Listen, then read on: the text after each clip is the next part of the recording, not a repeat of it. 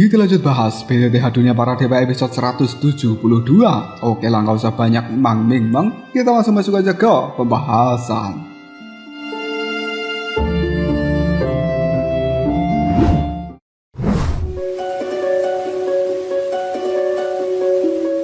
Pandangan mata dari tetua ketiga cukup tercengang. Dengan mata terbelalak tidak percaya, Yao Lingxi kali ini melihat kepada Soyen dengan pikiran yang kacau, dan dia tidak menyangka apabila Soyen, sang pemenang, akan begitu murah hati pada dirinya. Soyen mengulurkan tangan sebagai tanda persahabatan dengan seorang Yao Lingxi. Dari sikapnya terlihat dia begitu tulus. Yao Lingxi benar-benar yakin bahwa Soyen memang tidak ingin bermusuhan dengan dirinya. Mendapatkan uluran tangan dari seorang jenius seperti Soyen membuat Yao Lingxi merasa sangat malu pada diri sendiri, dan dia tidak bisa memikirkan alasan atau harga diri apapun untuk menolak uluran tangan ini. Seolah memahami rasa malu dari seorang Yao Lingxi, Soyen tersenyum dan berbicara, "Demi klan Yao, kita tidak seharusnya saling bermusuhan. Kuharap kita bisa menjadi teman mulai hari ini dan juga selamanya." Jika di masa lalu Soyen mungkin tidak akan pernah begitu toleran, namun semenjak dia datang ke dalam benua Dodi, dia menyadari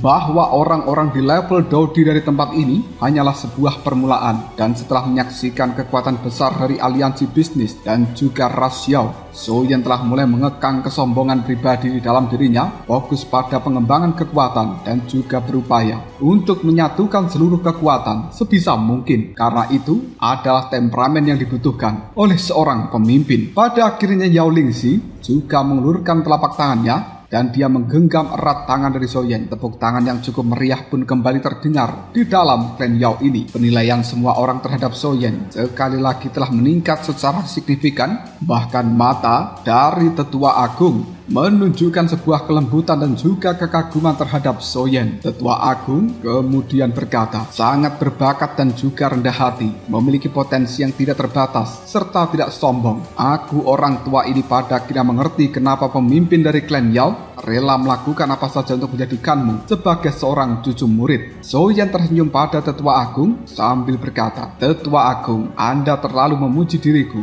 Aku Soyen memiliki sebuah permintaan pada klan Yao, dan aku juga berharap supaya klan Xiao dan juga klan Yao bisa bersatu mulai hari ini tanpa adanya sebuah keretakan. Di masa depan nanti, aku masih perlu bergantung pada dukungan dari tetua agung dan juga para tetua yang lainnya di dalam klan Yao ini." Pemimpin klan Yao sangat gembira dan kemudian dia berkata dengan lantang, "Bagus sekali, cucu muridku memang luar biasa. Soyen, cepat ceritakan pada orang tua ini tentang pengalamanmu ketika berada di lantai ketiga dari Aula Wenxin." Mendengarkan permintaan dan juga kata-kata dari pemimpin klan Yao tersebut, ekspresi semua orang di dalam tempat ini termasuk tetua ketiga menjadi sangat bersemangat. Mereka ingin tahu bagaimana caranya Soyen berhasil keluar dengan selamat dari lantai ketiga Aula Wenxin tersebut, yang bahkan beberapa tetua biasanya tidak akan pernah berani masuk ke dalam tempat itu dengan mudah. Tetua ketiga melihat pada Soyen sambil berkata, "Cepat beritahukan pada semua orang, nanti aku orang tua ini akan membawa Yao Lingxi untuk bersulang sebagai permintaan maaf pada dirimu." Soyen tersenyum belengkan kepalanya sambil berkata, tidak,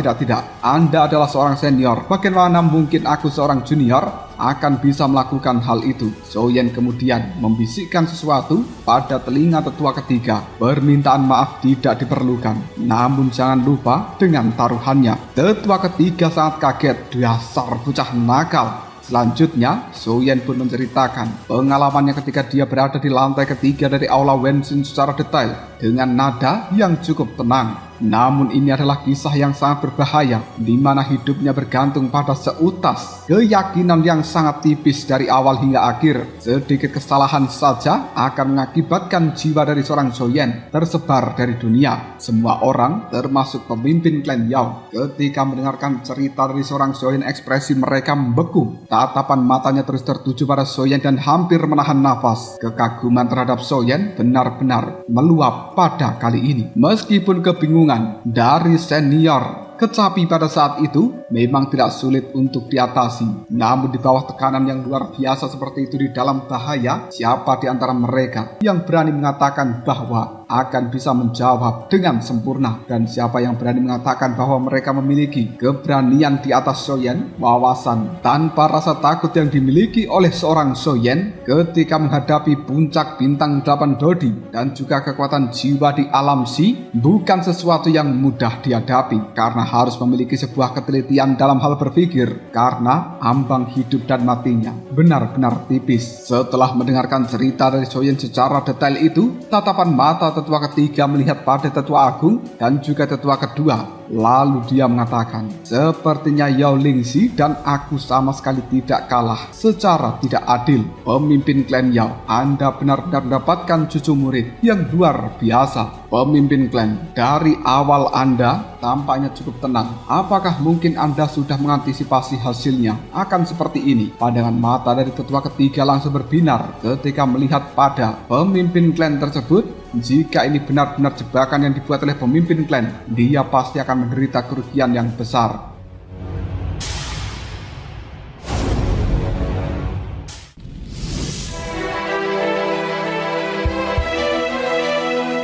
Pemimpin klan Yao kemudian berkata terus terang, sejujurnya jika dia hanya berada di lantai kedua, aku memang cukup percaya pada Soyen, tapi mengatakan aku sangat yakin akan berlebihan. Seperti yang kalian semuanya tahu kan, di dalam aula Wenshin bukan hanya soal kekuatan, apalagi bagi seorang Soyen adalah pertama kalinya masuk ke dalam tempat itu, tapi kecepatannya masuk di lantai ketiga adalah sesuatu yang bahkan aku tidak menduganya, dan kau tidak akan pernah percaya. Tapi pada saat itu aku hampir menyesalinya, sampai-sampai aku sangat pucat.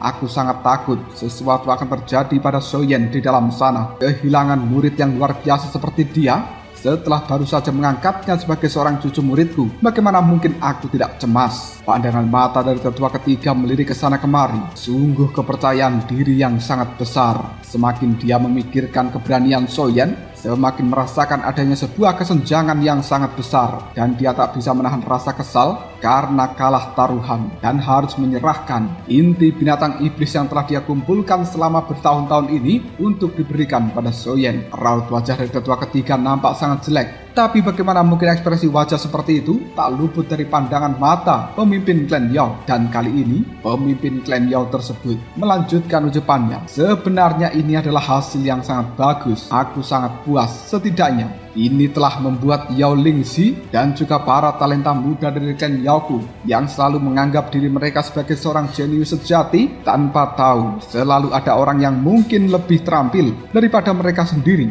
Ini akan menghilangkan sifat sombong di dalam diri mereka. Kepercayaan diri yang biasa mungkin akan luntur dan sangat bermanfaat bagi pertumbuhan mereka di masa depan nanti. Mendengarkan ucapan dari pemimpin klan Yao, para tetua yang lainnya pun hanya bisa menganggukkan kepalanya. Sementara Yao Lingxi, Yao Meng, Yao Hui tampak telah mengerti sesuatu. Ekspresi wajah dari tetua ketiga juga menjadi lebih lega. Namun tetua ketiga masih merasa sangat gelisah. Bagaimanapun juga dia sudah kalah taruhan dan harus membayar Soyen dengan harga yang mahal. Pandangan mata dari seorang Soyen melihat pada tetua ketiga yang nampak bersedih, dan dia tak kuasa menahan diri untuk bercanda. Tetua ketiga, kenapa wajahmu nampak muram seperti itu? Bagaimana jika aku Soyen memberikanmu diskon sebanyak 80%? Wajah tetua ketiga memerah dan dia berkata dengan keras, bagaimana mungkin? Aku adalah orang yang sangat menepati janjiku. Jangan harap aku akan kehilangan muka di depan dirimu dan juga orang-orang ini. Itu hanyalah beberapa inti binatang iblis. Aku tidak akan pernah mengurangi satupun untuk dirimu, dan kau akan mendapatkan sesuai dengan kesepakatan di awal. Semua orang pun langsung tertawa lebih keras di tengah candaan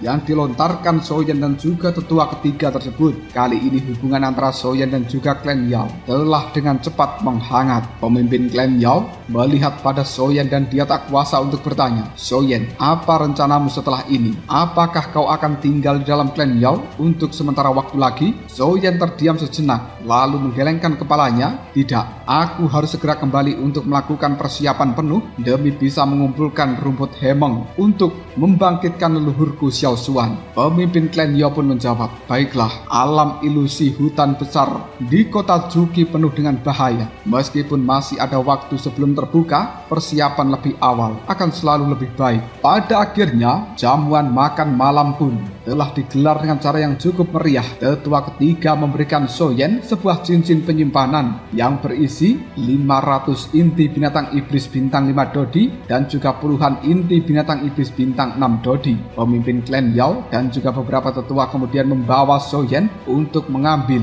pil pembaruan jiwa penentang surga dan kemudian mengantar Soyen bersama dengan Zeni, Nan Erming dan juga bayangan ungu meninggalkan wilayah dari klan Yao ini. Angin sepoi-sepoi bertiup membuat Soyen, Zeni, Nan Erming, bayangan ungu dalam suasana hati yang cukup luar biasa dan mereka tertawa bersama-sama. Namun tiba-tiba Soyen sepertinya merasakan adanya sesuatu. Ekspresinya menjadi serius. Lingkungan yang berada di sekitar mereka setelah meninggalkan klan Yao tampaknya sangat sunyi, bahkan malam juga semakin gelap. Yang Soyen takutkan adalah para pemburu pada saat itu kembali muncul untuk mengejar dirinya. Zeni memperhatikan perubahan wajah dari Soyen, lalu bertanya dengan lembut, Soyen, ada apa sebenarnya? Setelah kekuatan jiwa milik Soyen dengan hati-hati menyapu dan memastikan tidak ada hal yang buruk, Soyen secara singkat menceritakan pada Zeni dan juga yang lainnya tentang dirinya yang telah diburu oleh beberapa orang berjubah putih dan juga berjubah hitam ketika dalam perjalanan menuju klan Yao. Zeni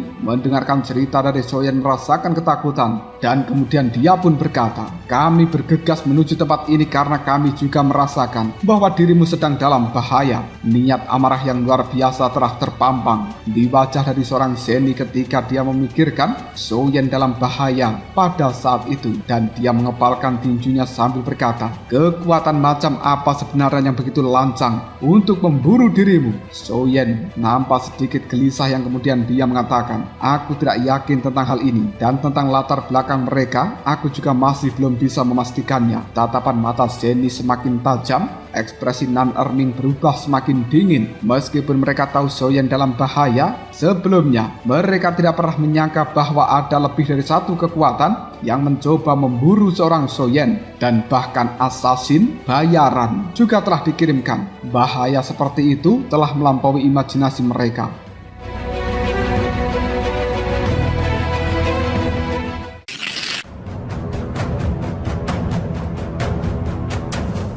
Zeni, Nan Erming, bayangan ungu sangat ketakutan dan juga marah. Niat mereka di dalam diri langsung meledak pada saat yang sama, menunjukkan kekuatan yang nyata. Namun Zeni segera menenangkan dirinya dan setelah hening, dia tiba-tiba saja mencium adanya aroma samar dari hembusan angin malam ini. Setelah melihat tempat sekeliling, dia merendahkan suaranya dan berkata, sekarang bukan waktunya untuk membahas tentang hal ini. Malam seperti ini terlalu kondusif untuk penyergapan karena musuh bisa mengirimkan gelombang pertama, maka sangat mungkin mereka akan mengirimkan gelombang kedua atau bahkan gelombang ketiga. Terlebih lagi setelah kegagalan pada gelombang pertama, maka orang berikutnya yang akan dikirimkan pasti jauh lebih kuat. Maka dari itu kita tidak boleh lengah. Nan Erming mendongakkan kepalanya menatap bayangan samar di kejauhan pada malam gelap ini. Entah itu bayangan pohon atau bayangan yang lainnya, jari-jari dari seorang Nan Erming perlahan membelai cincin penyimpanan dan dia siap untuk melepaskan tombak Jingsen miliknya kapan saja. Sementara bayangan ungu juga memiringkan kepalanya dan berkata, jika memang begitu, kita benar-benar harus berhati-hati.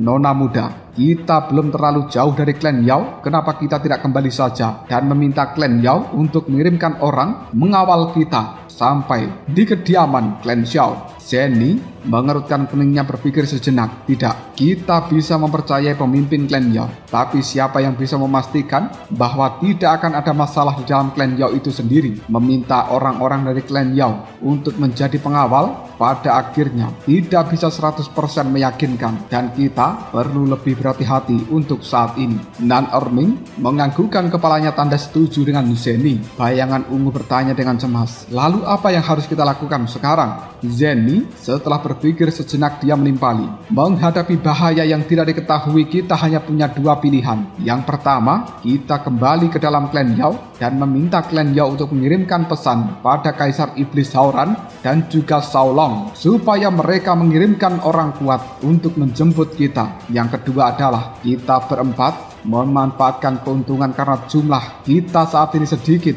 dan juga mobilitas kita yang cukup tinggi untuk diam-diam kembali menuju halaman klan Shao. Begitu Zeni selesai berbicara, tatapan mata Soyen melirik ke arah hutan yang ada di dekat tempat ini. Dia menghela nafas sambil berkata, sudah terlambat, mereka sudah datang begitu cepat. Dan kali ini dengan kekuatan jiwa milik Soyen, dia telah menangkap hampir ada satu lusin aura tersembunyi di dalam hutan itu, dan mereka semuanya bergegas menuju ke tempat dari Soyen berada. Soyen pun melambaikan tangannya, mengeluarkan pedang berat kuno api surgawi dalam genggamannya, dan kemudian langsung diselimuti oleh api berwarna abu-abu biru, membuat pedang ini nampak luar biasa. Soyen tidak perlu terlalu menonjol, tapi Zeni tahu bahwa Soyen ingin musuh memusatkan seluruh perhatian mereka pada dirinya. Hal ini akan memungkinkan Zeni dan juga dua orang yang lainnya untuk tetap bersembunyi dan bertindak sebagai pasukan kejutan. Yang kedua, Soyen juga ingin menggunakan cara ini untuk membiarkan Zeni dan juga yang lainnya pun melihat lawan dengan jelas, mencoba mencari tahu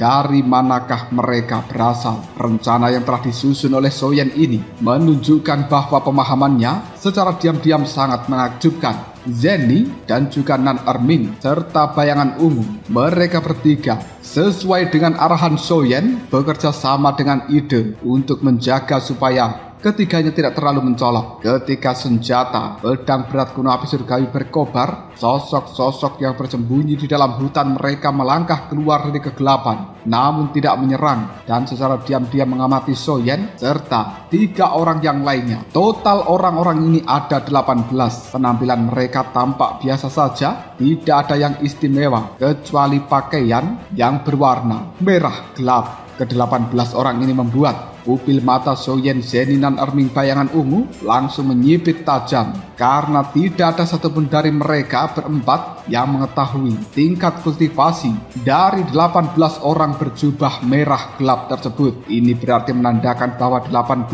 orang ini setidaknya mereka berada di level puncak dari bintang 8 Dodi atau mungkin lebih tinggi. Soyen kemudian berkata dalam hatinya, ya Tuhan, betapa dahsyatnya kekuatan ini. Mereka dikerahkan hanya untuk menangkap diriku. Ekspresi pahit semakin mendalam di wajah Soyen, dan dia berpikir bahwa kali ini kemungkinan besar merupakan pertanda buruk daripada keberuntungan.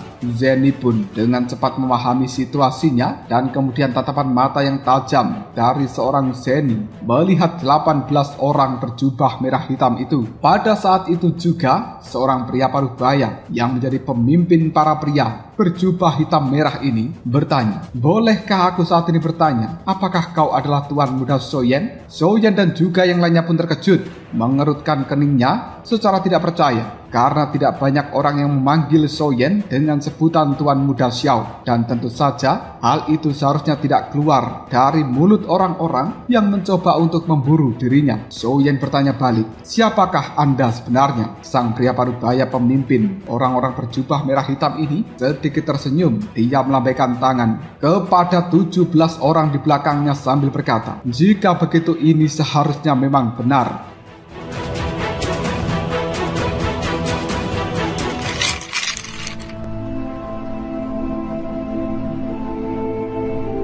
Nan Erming mengira bahwa pria parubaya berjubah hitam merah ini memberikan isyarat pada bawahannya untuk menyerang. Dia segera mengeluarkan tombak Jingsen, dan kemudian Nan Erming pun berkata, aku tidak peduli dari mana kalian berasal dan juga kekuatan apa. Jika kalian berani melukai Tuan Muda Soyen kami, maka kau harus melangkahi mayatku terlebih dahulu. Setelah berkata seperti ini, Nan Erming akan bergerak maju untuk melawan orang-orang berjubah merah hitam itu. Namun Soyen segera menghentikannya. Bayangan ungu juga sudah mengeluarkan pedang kembarnya, memposisikan diri siap bertarung seperti Nan Erming. Sementara alis dari Zeni semakin berkerut. Dia juga telah bersiap akan mengeluarkan pedang sabitnya. Namun sebuah pemandangan yang tidak dipercaya oleh Soyen dan juga tiga lainnya pun terjadi. Pria parubaya itu memegang sebuah tanda dengan 17 orang di belakangnya kemudian membungkuk pada Soyen dan dia berkata, "Aku adalah Mosue, memimpin para bawahan dari pengawal darah." Langsung diperintahkan oleh Kaisar Iblis untuk memberikan salam hormat kepada Tuan Muda Xiaoyan. Soyen melihat pada token yang dibawa oleh Mosue dan dia berkata, "Kalian adalah bawahan dari kakak Haoran." Ketika Soyen melihat pada token tersebut memang memiliki aura yang cukup familiar dari klan Iblis Darah. Setelah tubuh dari Soyen tegang sebelumnya, kini rileks karena mengetahui bahwa mereka adalah orang-orang yang dikirimkan oleh Kaisar Haoran. Kegembiraan kemudian meluap tak terkendali di dalam hati Soyen. Namun Zeni masih dengan hati-hati. Dia bertanya karena tidak langsung percaya. "Jika kalian diperintahkan oleh Kaisar Haoran, lalu di manakah dia saat ini?" Mosue kemudian menimpali, "Anda pasti adalah Nona Muda Zeni, kan? Hamba melapor pada Nona Muda Zeni. Kaisar Iblis Haoran dan juga Xiaozan pada saat ini sedang mencari keberadaan dari Tuan Muda Soyen yang sedang dalam perjalanan menuju klan Yao, dan kita semuanya diperintahkan langsung untuk datang menuju klan Yao dan menunggu di dekat tempat ini untuk menanyakan kabar dari Tuan Muda Soyen ketika bertemu." Ekspresi wajah Zeni melembut. Dia kemudian mengajukan sebuah pertanyaan lain. "Oh, jadi begitu. Tapi kenapa kita belum pernah melihat kalian sebelumnya, apalagi kau, orang yang bernama Mosue?" Mosue ini kemudian menimpali, "Lapor pada Nona Muda Zeni. Tugas kita adalah melindungi keselamatan dari Kaisar Iblis Haoran, dan di kota Juki, Kaisar Iblis tidak memiliki kekhawatiran tentang keselamatannya, jadi kita tidak pernah menunjukkan diri. Kita adalah pengawal bayangan." Zeni tersenyum manis, lalu dia kembali mengajukan sebuah pertanyaan. "Apa yang kau katakan memang cukup masuk akal. Tapi kali ini Kaisar Iblis Haoran tidak berada di dalam kota Juki. Jadi kenapa kau tidak berada di sisinya?" Zeni masih menaruh sebuah kecurigaan pada Mosue dan juga yang lainnya. Sementara Mosue yang melihat kecurigaan Zeni, dia pun dengan hormat menjelaskan, "Setelah Kaisar Iblis Haoran menerima surat yang ditinggalkan oleh Nona Muda Zeni, dia pun segera mengirimkan sejumlah besar untuk melakukan pencarian terhadap Tuan Muda Soyen, dan Kaisar Iblis mengatakan bahwa dengan beberapa tetua yang menyertainya, keselamatan bukan menjadi masalah. Namun di pihak Tuan Muda Soyen, bahkan jika Nona Muda Zeni menemukan Tuan Muda Soyen melalui kontrak perjanjian darah, kekuatannya masih agak lemah. Karena itu kita diperintahkan untuk menunggu di luar dari klan Yao untuk mencegah hal-hal yang tidak diinginkan terjadi pada kalian semuanya." Penjelasan singkat dari Mosue ini sangat meyakinkan, dan seolah-olah mereka memanglah tim yang dikirimkan oleh Kaisar Haoran. Bahkan setelah Mosue menyebutkan adanya perjanjian darah antara Zeni dan juga Soyen, hal itu membuat Zeni pada akhirnya menghela nafas dengan lega dan yakin bahwa 18 orang yang dipimpin Mosue ini adalah sekutu dan bukan musuh, karena masalah perjanjian darah antara Zeni dan juga Soyen hanya diketahui oleh beberapa orang terdekat saja. Zeni kemudian tersenyum, meminta maaf pada Mosue. "Keselamatan Tuan Muda Soyen terlalu penting, jadi aku akan mengajukan beberapa pertanyaan tambahan. Mohon Kapten Mosue jangan tersinggung." Mosue ketika melihat Zeni menepis kecurigaannya, dia hanya bisa bernapas lega, dan kemudian dia kembali berkata, "Nona Muda Zeni, Anda terlalu sopan. Keselamatan Tuan Muda Soyen juga telah dipertaruhkan, jadi kehati-hatian itu sangatlah wajar." Soyen segera menyimpan pedang berat kuno api surgawi, dan dia pun bertanya pada Mosue, "Kapten Mosue, bolehkah kali ini aku yang bertanya pada dirimu, bukan Zeni?" Mosue dengan hormat menjawabnya, "Tuan Muda Soyen, silahkan tanyakan apapun. Sebelum kami datang, Kaisar Iblis Haoran telah menginstruksikan pada kami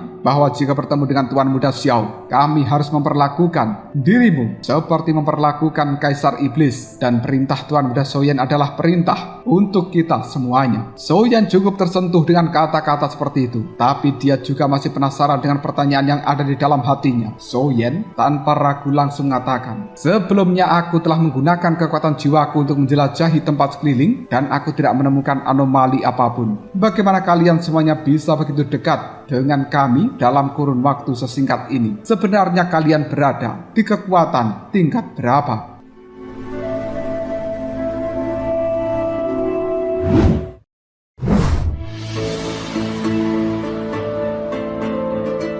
Di dalam benua Dodi ini menanyakan sebuah kekuatan orang lain secara sembarangan merupakan hal yang cukup tabu, kecuali mereka sangat dekat. Tapi Mosue tampaknya tidak keberatan sama sekali dengan pertanyaan yang diajukan oleh Soyen. Sambil tersenyum dia menjawabnya, tugas pengawal darah kami adalah melindungi keselamatan dari Kaisar Iblis. Jadi kekuatan setiap orang berada di atas bintang 6 dan bahkan yang terendah adalah bintang 6 Dodi tahap awal. Sementara aku sendiri berada di tahap awal bintang 7 Dodi. Soyen dan Erming bayangan ungu tersentak kaget. Tak disangka dari 18 orang berjubah merah hitam ini, bahkan level terendah mereka adalah tahap awal bintang 6 Dodi, dan tertinggi yaitu Mosue sebagai seorang kapten berada di tahap awal bintang 7 Dodi. Bukankah kekuatan semacam ini terlalu menakutkan? Hanya Zeni yang tidak terkejut. Dia tak kuasa menahan tawa yang kecil dan kemudian mengatakan, lihat betapa takutnya kalian. Kaisar Iblis adalah pemimpin dari klan Iblis Darah, dan klan Iblis Darah adalah keluarga dari kekaisaran ras iblis. Jadi memiliki pengawal yang sangat kuat seperti ini adalah hal yang wajar. Pemimpin dengan kekuatan besar mana di dalam benua Dodi ini yang tidak mempunyai pengawal seperti itu.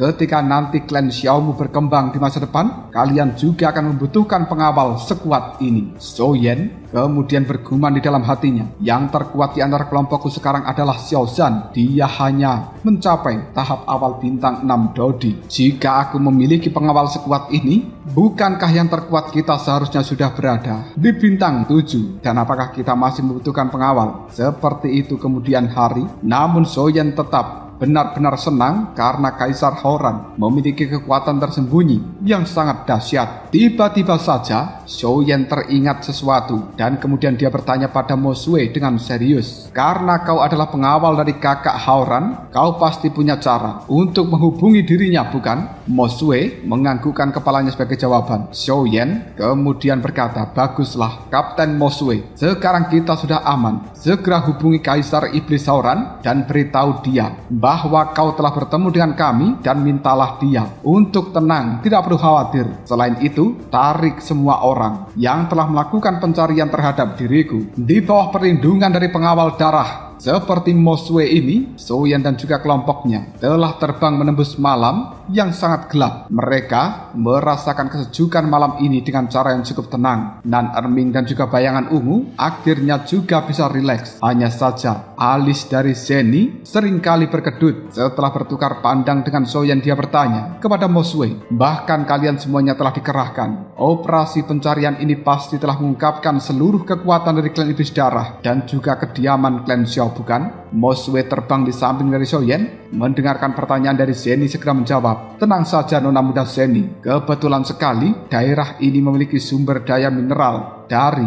klan Iblis Darah. Bahkan jika seseorang mengetahui tindakan dari Kaisar Iblis, mereka tidak akan terlalu curiga. Selain itu, Kaisar Iblis juga telah memasang barisan pengaman di tepi area pencarian. Jika ada orang yang tidak dikenal muncul, maka seorang tetua akan segera maju untuk mencegat mereka. Soyen dan Zeni menghela nafas lega setelah mendengar hal ini. Baguslah, pada saat yang sama Soyen mau tak mau mengevaluasi kembali sosok-sosok yang telah dikerahkan untuk menjemput dirinya ini. Kemampuan dari kakak Hauran memanglah luar biasa.